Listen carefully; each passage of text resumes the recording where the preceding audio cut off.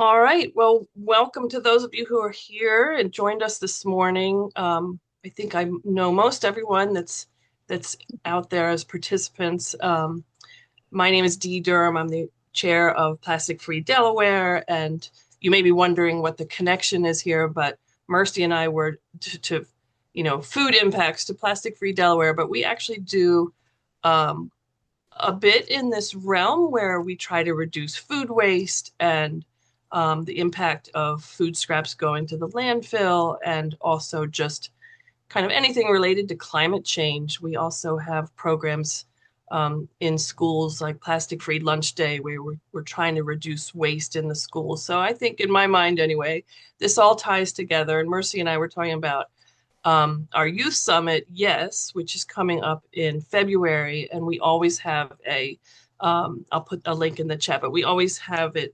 We provide breakfast and lunch to all the high school students that come, and some of them wonder why, because they've never, um, it's vegetarian, and we all for the whole entire day, and many of the kids just, have never made this connection, and probably a lot of adults too.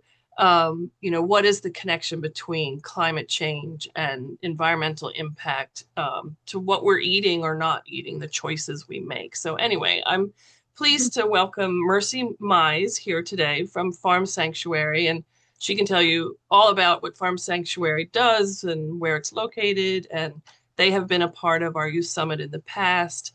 Hope to get them back. But I'll just go ahead and turn things over to Mercy, and we'll hold Q&A till the end, if that's okay with everyone. Just keep your questions in mind, and we'll pick them up after the presentation. Amazing. That sounds great. Thank you so much. Hello again, everyone. As Dee said, my name is Mercy Mize, and I am here on behalf of an organization called Farm Sanctuary. I will be speaking to you about the environmental impacts of our food. And thank you again to Dee and to Plastic Free Delaware for inviting me to speak with you today. I'm really excited to be here. So let's go ahead and get started. Farm Sanctuary is a nonprofit organization that was founded in 1986 to advocate for systemic change in our food system. By food system, we are referring to the web of relationships involved in providing humans with what and who we eat for food. That web includes the ingredients we consume and the ecosystems that are sourced from, the humans who source and combine those ingredients, animals who are used for consumption, the ways that we transport food, the places where food is sold, bought, and distributed, and the community members like us who ultimately eat the food and depend upon it for survival. Since systems, like our food system, are a web of relationships, all of the interconnected parts have an impact on each other. At Farm Sanctuary, we are an organization providing refuge to animals who are used for food. Our efforts to address these injustices experienced by animals continuously reveal patterns of harm throughout our food system that also impact workers, communities, and the environment. The story of one animal survivor in our food system is a reflection of a larger system as a whole. When we understand these issues as a part of a larger system, it becomes clear that a food system with harmful conditions for animals can translate to harmful conditions in other parts of the food system and vice versa. Meet Stanton. Stanton was among a group of cows who had been forced to live in a barn so filthy that 9 calves had actually drowned in the muck.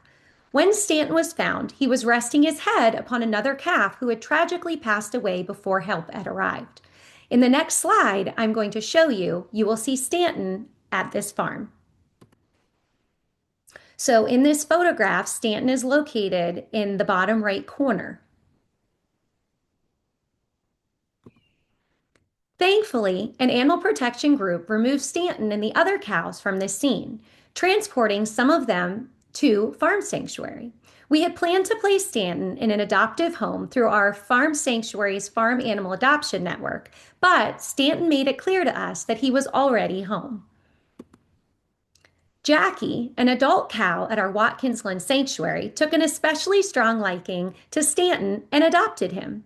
Since we didn't want to break up this newly bonded pair, both Jackie and Stanton stayed together at Farm Sanctuary. Stanton and Jackie grew up very close, and the love that they share has helped them both heal from their past. They are both still living their best life at our New York sanctuary. Stanton is 8 years old, and Jackie is now 12.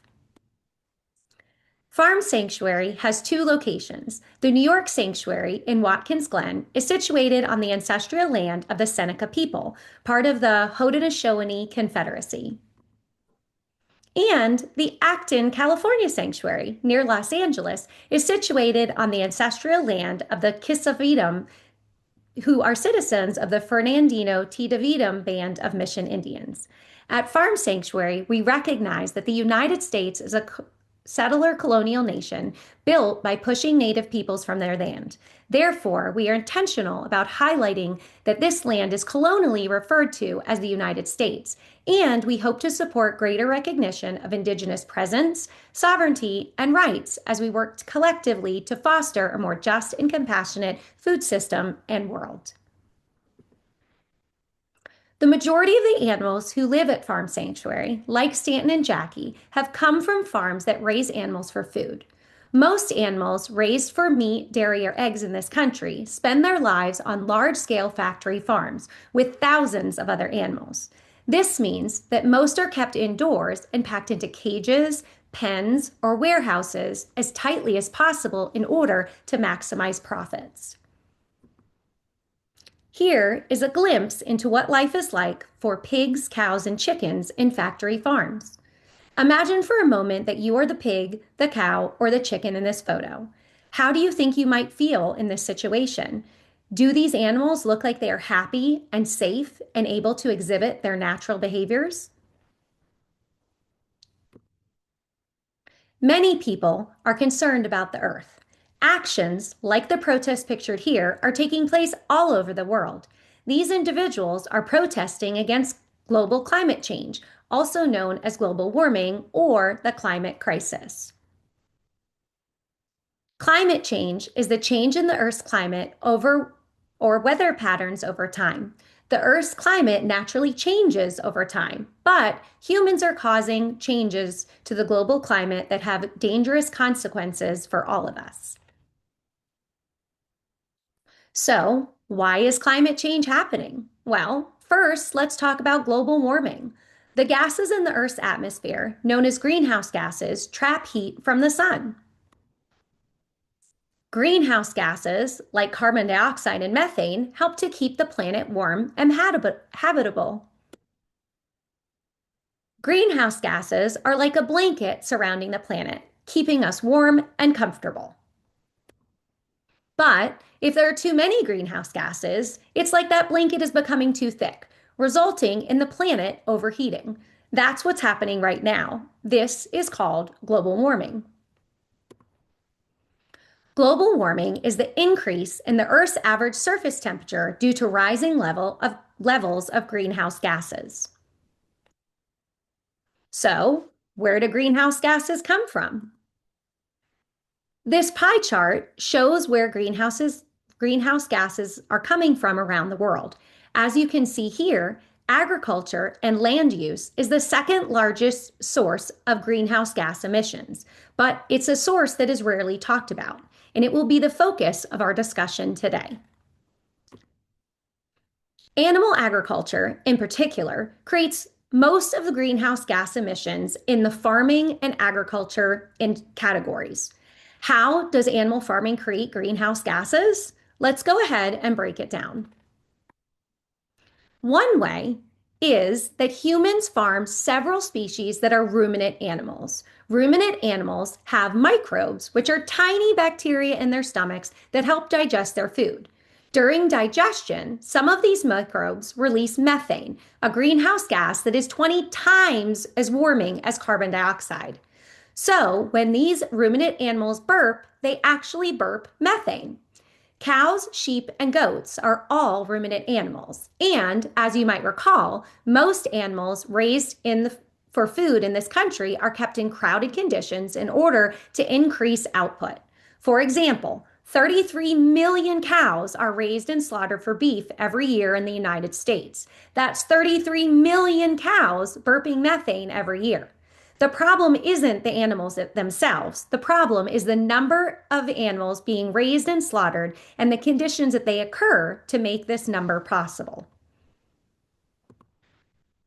In addition to the methane that ruminant animals are burping, all animals create methane in their waste, whether they are cows, pigs, chickens, or turkeys. The warehouses that the animals are confined in use electricity to run, which also creates greenhouse gases. Another way animal agriculture creates greenhouse gases is through deforestation. When we cut down trees to make space for farms, we release carbon dioxide into the atmosphere. Currently, we raise 80 billion land animals for food worldwide every year. That requires a lot of land. In fact, around 80% of agricultural land is used for animal agriculture, yet results in only about 17% of global calories.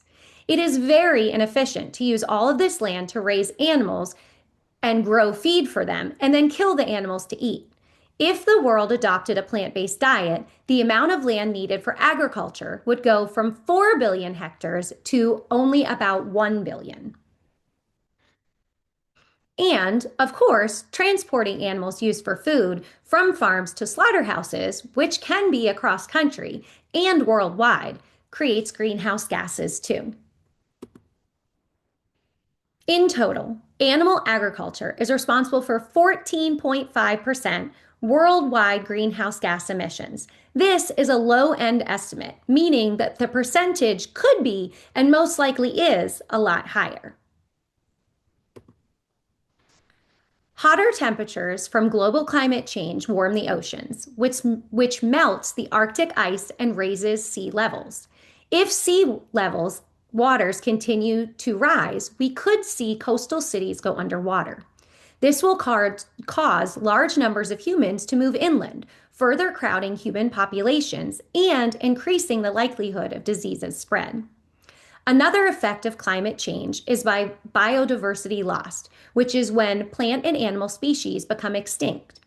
Much of this biodiversity loss is due to humans destroying the habitats of other species. And as we do this, we force animals to leave their habitats and come into closer contact with humans.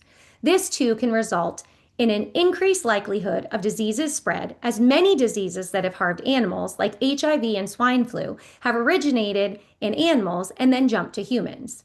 These are called zoonotic diseases. Now we've talked about animal agriculture's connection to greenhouse gases and the climate crisis. Let's shift gears slightly to talk about the industry's impacts on natural resources. Land is one of the natural resources that animal agriculture industry uses up. Let's go ahead and start with a poll. Think about the following. How much of the Earth's ice-free land do you think might be used for animal farming? Do you think it's A, 18%, B, 24%, C, 30%, or D, 40%? So I'll go ahead. Oh, and I see some people even putting in the chat. That's amazing. Awesome. Thank you. If you want to think about it or put it in the chat, whatever you feel more comfortable doing, that's perfect. All right. I'm going to go ahead. So the correct answer is C, 30%. So animal farms take up to 30% or nearly 1/3 of the Earth's ice-free land. Space for farms is created through deforestation or clearing of the forest and other primary land used for agriculture. The Brazilian Amazon rainforest is the world's largest rainforest, and trees are being cut and burned down to make space for farms at alarming rates. This is a photograph of the Brazilian Amazon rainforest. The empty spaces are parts of the forest that have been cleared for farms.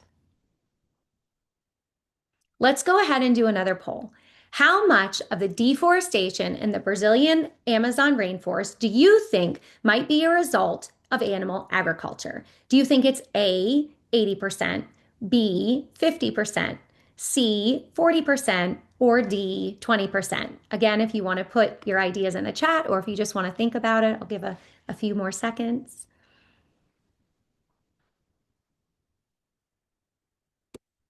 All right, so the correct answer is 80%. Most of the deforestation in the Brazilian Amazon rainforest has been done to make space to raise animals for food, like the cows pictured on this feedlot. Who is impacted by deforestation? Well, rainforests are often called the lungs of the planet for their role in absorbing carbon dioxide, the greenhouse gas, and producing oxygen, which humans and animals need to breathe. As we've learned in our communities dealing with the increased air pollution and smoke from wildfires, being able to have clean air to breathe is incredibly important.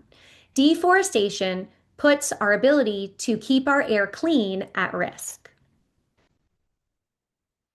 Additionally, wild animals like the white-cheeked spider monkey pictured here, as well as native communities, both suffer due to deforestation because they lose their homes. Water is another natural resource used up by the animal agriculture industry. In general, raising animals for food uses significantly more water than growing plants for food. These animals need drinking water, while they're alive, and water is needed to grow the plants that are fed to the animals. Did you know that most of the world's corn and soy is fed to animals? It's true. Over 60% of the world's corn and about 75% of the world's soy goes to feeding animals being raised for food. This graphic shows us that it takes 6 times more water to make 1 gram of beef protein than to make 1 gram of plant protein, such as beans. In total, about 27%, or over 1/4 of the fresh water on this planet, is being used for animal agriculture. And as we talked about earlier, droughts are becoming more common as climate change progresses. This is a big deal because humans need fresh water and healthy ecosystems to survive. Many places who are experiencing worsening droughts each year continue to funnel resources into animal agriculture despite how resource intensive it is. Let's go ahead and take a look at what we covered so far. Worldwide, animal agriculture is responsible for 14.5% of greenhouse gases. It occupies 30% of the Earth's usable land, and the industry uses up 27% of the planet's fresh water. In addition to causing in addition to using an immense amount of natural resources, animal farming also generates pollution. Pollution happens when the environment is contaminated or dirtied by waste, chemicals, or other harmful substances. So, how does animal agriculture contribute to pollution? Well, like I mentioned earlier, animal farms create a lot of waste. All of the feces and urine is kept in manure lagoons like the ones pictured here. These giant purplish pools are often as big as several football fields. The Environmental Protection Agency estimates that farm animals in the U.S. produce over 1 billion tons of waste every year. Waste from manure lagoons, like the one pictured here, can spill and leak into creeks, rivers, and lakes, which causes water pollution and harms animals living near these waterways. In 2017, an Iowa dairy farm spilled manure into a creek, killing over 60,000 fish. If waste from these farms can pollute waterways and harm animals, how might these farms affect humans living near them? How are the communities near factory farms being impacted?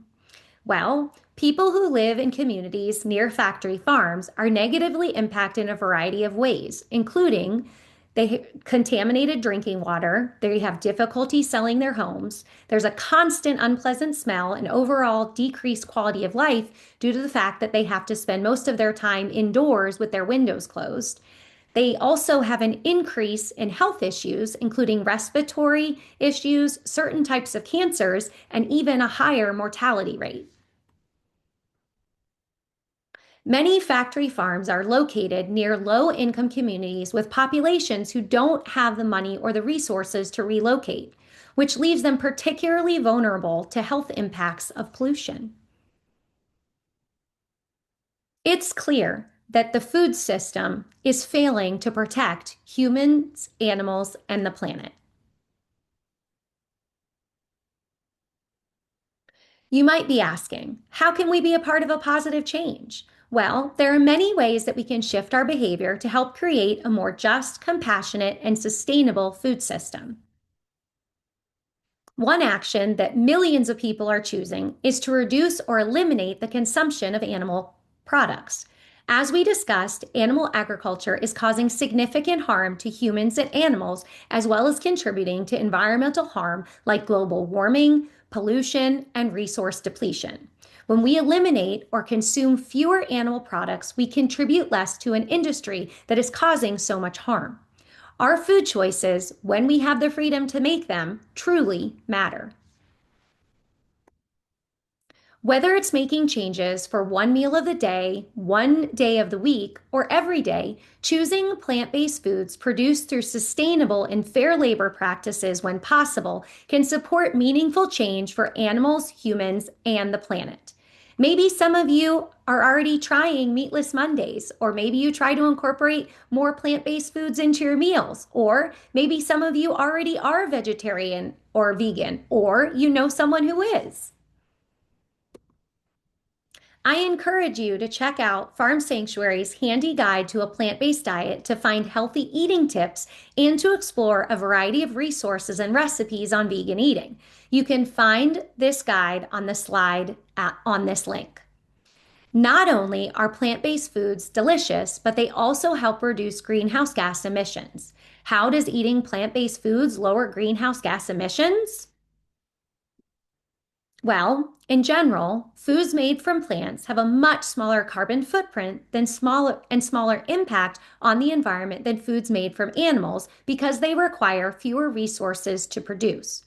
For example, raising cows for beef requires land for cows to live on, food for the cows to eat, and water for the cows to drink.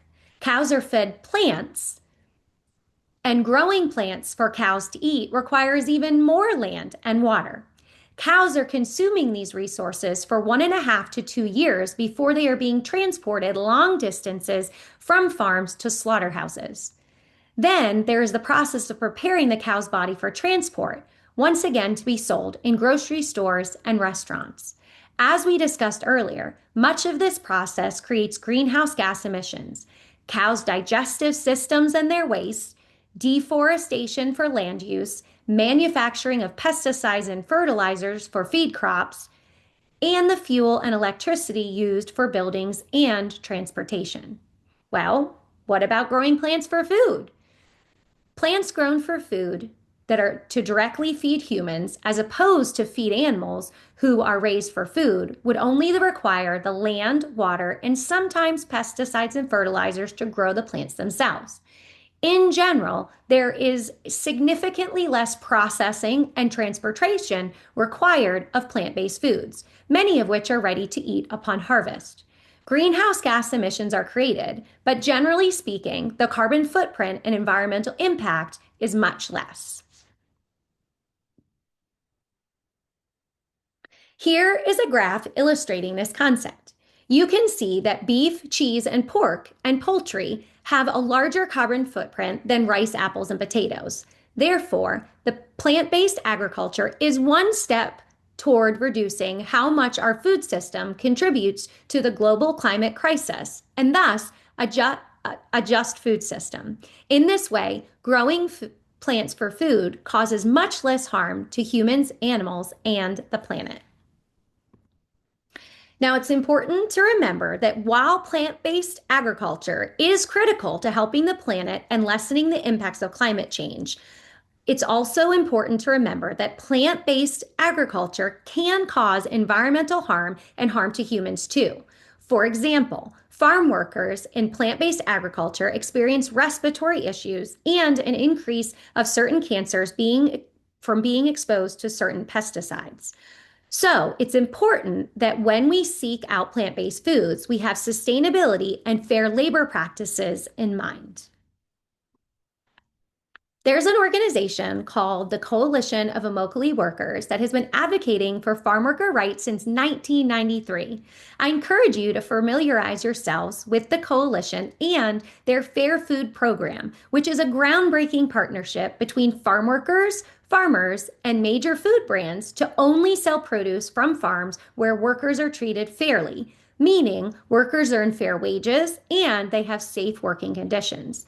The Fair Food Program works to ensure that the rights of farm workers are being honored, including their right to work on farms free from exposure to environmental harm. As we talked about earlier, transporting food across long distances increases gas emissions. Sourcing food locally can lower the carbon footprint or the environmental impact of that food. Therefore, another way to shift to a more just and sustainable food system is to join a CSA or a community garden.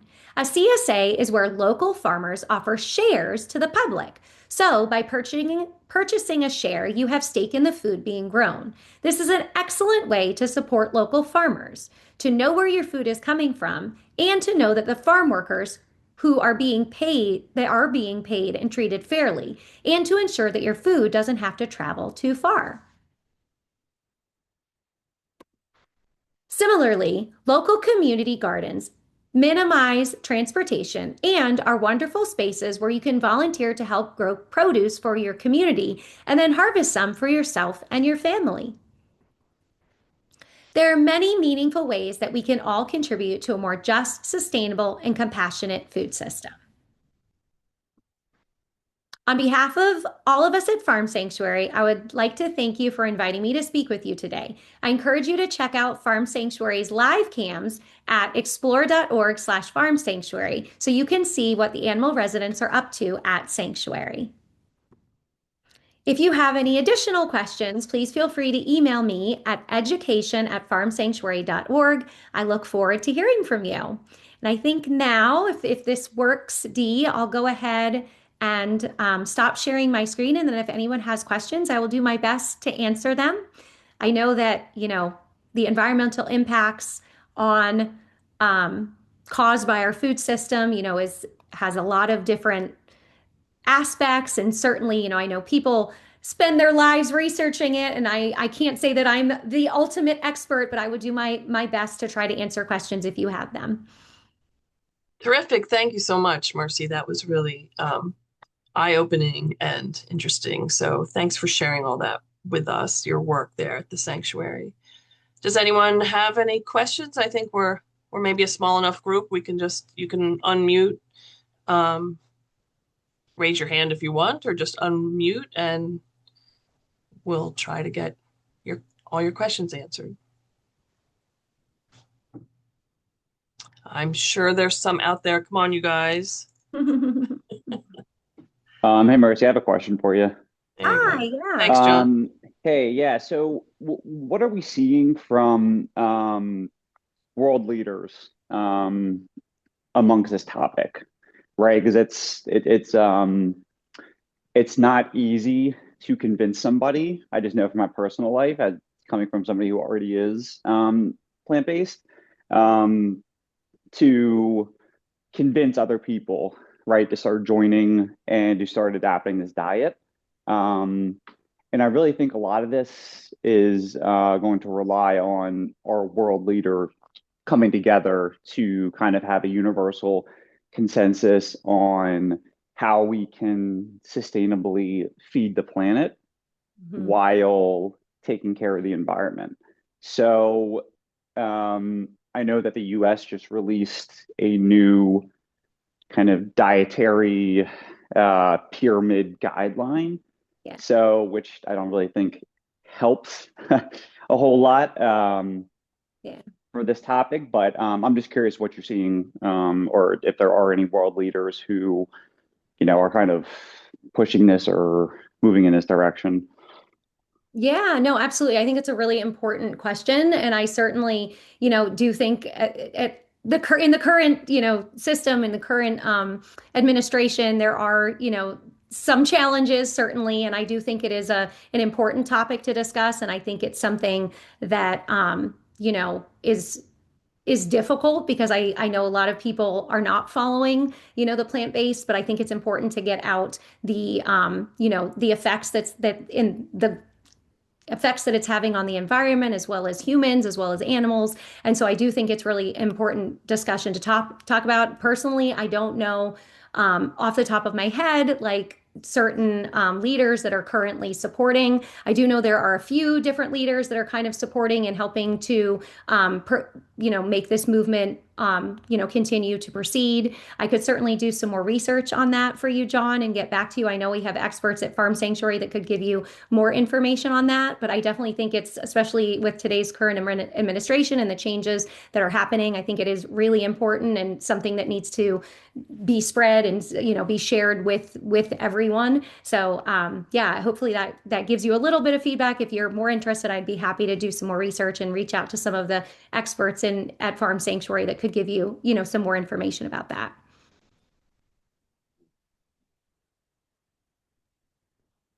Cool, thank you. Yeah, I know there's I think I was reading Canada's dietary guidelines like not too recently, Right. and it's much different than the US, right? Mhm. So I think there are some countries who kind of already have this general consensus of the direction we need to go, but yeah, it's going to be super hard to get everybody on like a world stage to do it. But love what you're doing, and this is a great presentation. This is a topic that is close to heart for me. So thank you. Yeah. Well, thank you for joining us, and thank you so much for that welcome. I appreciate it. And yeah, I definitely think in terms of the United States and where we are, I think so. There's definitely some other countries that are further along, as you said, John, and in European nations and that type of thing. I've been seeing a lot of changes and support. So yeah, definitely an interesting topic and an important one. So thank you for bringing it up, John. There are a few of us from a couple different groups that are trying to get a conversation going here in Delaware around for school lunches and meatless Mondays, although I think they're trying to get away from that term. But it's been done in New York City, I think is my understanding, and there's no reason why we couldn't do it here in a little state like Delaware. So if anyone is interested in being part of that conversation, let us know. And I know that with the recently with the being the option to have plant-based milk be an option in schools is a big change. So I feel like there's little things here and there that are kind of making their way. I know Farm Sanctuaries is a big part of trying to make some of that the advocacy and working in DC and helping to make some of those changes. So I know that there's definitely a lot more experts on the topic at Farm Sanctuary that could answer the question, a lot better than I can. So I apologize for that. But yeah, I just definitely think, and there's lots of different organizations that I know similar to Plastic Free Delaware that's kind of working to get more plant-based options in schools. So I think that plant-based milk, was a big win. And so I'm excited about that. And, we continue at Farm Sanctuary to try to find ways to help encourage that and help to school systems and families and school districts know that that's an option now. So yeah. Marcy? Yeah. So back in antiquity, in the 70s, I can't find the companion book. I'm sorry. This is Dive for a Small Planet was the companion. This is recipes. Okay. So a significant part of our diet, mine anyway, is tofu. Yes. And the message of Dive for a Small Planet, and you basically sort of said the same thing, but it basically said that it takes 20x the land to make a pound of meat protein versus a pound of good animal and plant-based protein. Your presentation was excellent. I think if you made a one-pager out of it, which you probably have, of your facts and statistics, it would be very useful. Yeah, I appreciate that. Yeah. And I raised my daughters on, well, I used to buy tofu in the from the 5 gallon jug bucket that came straight from Chinatown in Philly. It was Yeah. fresh. Um, and then they stopped doing that. I think it was for hygienic reasons or something. So now I have to buy this crap that's packaged in plastic. I buy it at Costco. Yeah. It's available. It is okay. Mhm. It is basic. It is useful, and I highly recommend that people think of not avoiding meat, but there are other sources of good protein and good food. You just need to make sure you've got some legumes and some grains, and they together make whole protein. Right. Absolutely. I love that. Thank you so much for sharing. And yeah, I mean, I definitely think currently there's a lot more options, a lot, I don't know, like you said, maybe not better options, but definitely there's a lot more options at grocery stores to be able to find plant-based, protein, which is really great. There's a lot more dairy-free options, for cheese. But yes, I know that's always kind of the challenge, with veganism and the plant-based diet is everyone's always concerned about the protein, but there are so many beautiful and wonderful options, for people to be able to get their protein when they are, lessening or reducing their consumption of animal products. So thank you so much for that. I appreciate it. Thanks, Fred. Any other questions out there? I had some comments. My name's Sure. Anthony. I live in Elkton. Um, yeah, I want to comment. Not only is a plant-based diet good for the planet, but it's also good for controlling weight and reducing the obesity problem in the world.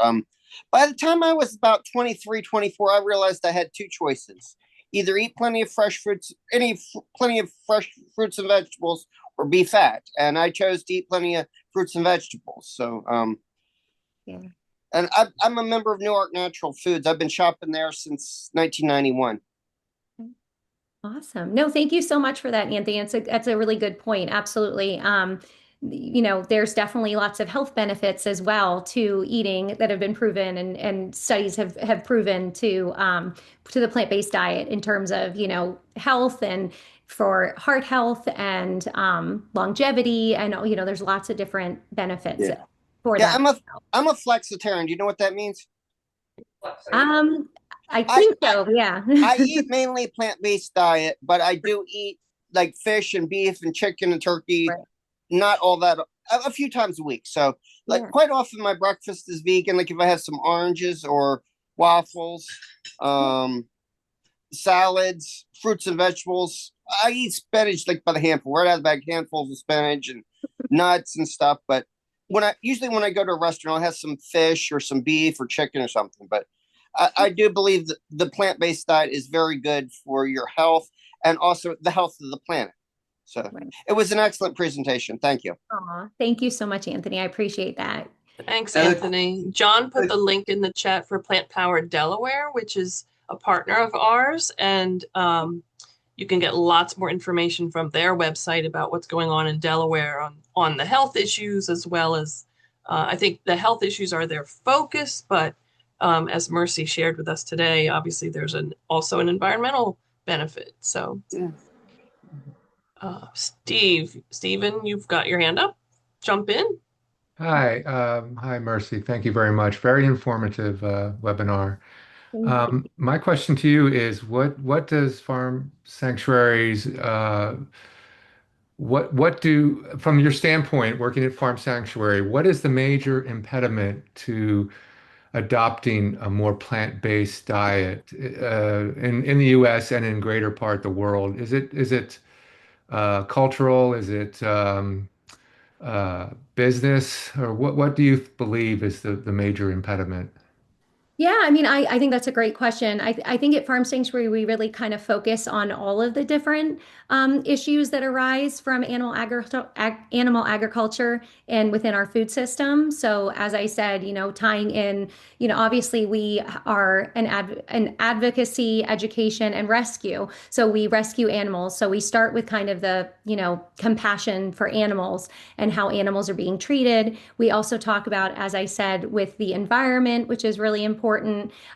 We also talk about the social justice piece and the importance of people understanding how, workers in the system, in the food system, are being treated, as well as the impacts on health of those people, even that are working, in agricultural fields, as well as people that are living close to the factory farms as well. So I think we kind of cover a broad scale of the topics and kind of try to touch on all of them, because I do think that different people have things that they're passionate about. Some people could come and, be interested in taking on a plant-based diet for the animals, but someone else might be more interested in the health benefits, or someone else might be more concerned about the environmental issues. So at Farm Sanctuary, we really try to meet people where they are and kind of just introduce them to, all the different aspects of animal agriculture, and the impacts that they have on people, animals, and the planet. So hopefully that helps a little bit. Yes, thank you very much for the answer. Yeah, absolutely. And I mean, I'm sure, like all of you, when I was little, many years ago, like I didn't know a single vegetarian. Like it just was not a thing. Um, but of course, I think we're all aware now that the movement, so to speak, has grown. My understanding is it's something like 4% of the population is 4 or 5% of the population. I don't know if that's in the US is considers themselves vegetarian. Is that right, Mercy? Or do you have sort of a understanding of that trend? And is it just cultural awareness, or people changing for all the reasons you listed? Yeah, I mean, I definitely think that we're seeing an increase in, vegetarianism and veganism for a variety of different reasons, kind of as I kind of shared already. Definitely seeing a lot more options, restaurants and options in grocery stores and that kind of thing, which I think is really, important. I also think I'm currently in Pennsylvania, like suburbs of Philadelphia, so pretty close to you all. We're very fortunate in this area to have some really beautiful farmers markets and, organic farmers markets where we can, purchase beautiful produce, as well as animal farms that, if people, it's clearly like if you're purchasing meat from a local farm, that's, going to be better than a factory farm where that the animals, not being treated to the way that they are treated in a factory farm. So there's lots of good opportunities in this area, which we're very fortunate to have, for opportunities to be able to purchase different locally sourced products, which help to lessen the carbon footprint, as well as to help increase more people. The beautiful farmers markets that we have are very popular. I don't know if you guys have them in Delaware, but just a lot of different changes that I think are definitely positive and a win, moving towards more people being aware, and starting to take on, or at least even starting to consume less animal products. So yeah. Stephen put a message in the chat that for the US it's about 4 to 5%. Right. So yeah, that's what I had heard, I think, so as well. So yes, I'm assuming, yes, that number is I think is four. Yeah, growing. that's what I was thinking as well. That sounds right. Yep. All right. Any other questions out there? And thank you for everybody posting these great links in the chat. And Fred, I'm drawing a blank on her name, but the woman that founded that the Small Planet diet, as a speaker, I think our third year of our youth summit. So that was great. We always try to get some. So, okay, so I'm Need to holding, read. I have to laugh. This is listed on Amazon as $175 now. Because you have an original copy. Yeah, and I don't know where diet went. It's a good read. I don't know if you've ever heard of it, Diet for a Small Planet, but I have heard of it. Yeah, I haven't read it. Heard of it. It's good. Yeah. And apparently it's revised and updated. Woo!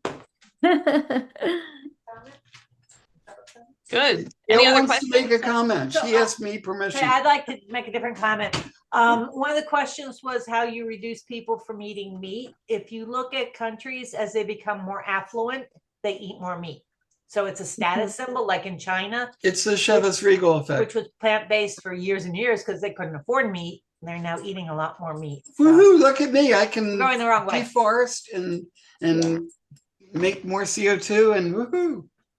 Yeah, no, absolutely. That's a good point. I know that sometimes, eating meat is kind of attached to a status symbol that, you're doing well, you're, having money and you're able to purchase this meat. And I know that that happens in our country and other countries as well. So yeah, thank you so much for bringing that up.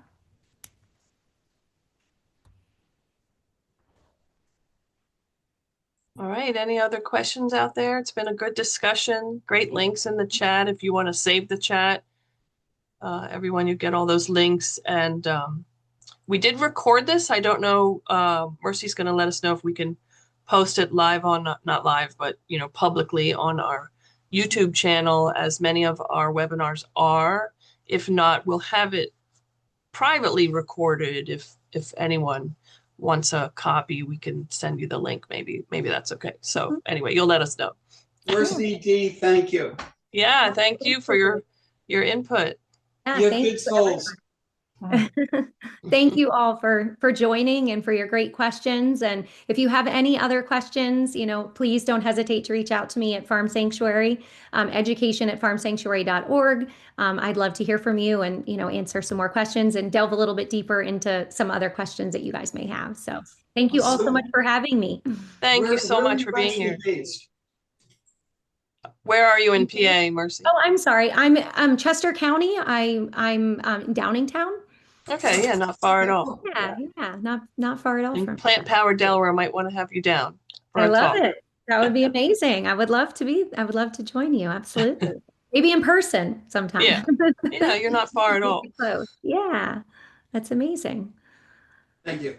All right. Well, thanks everyone. Have a great day. Mercy, thank you so much. We appreciate your sharing your time and insight with us today. Absolutely. My pleasure. It was a joy. Thank you all so much. Take care. Have a wonderful Thank you. Bye-bye, everybody. Thank you. Bye-bye. Oh, wait, Bye. the chat. Quickly, select all.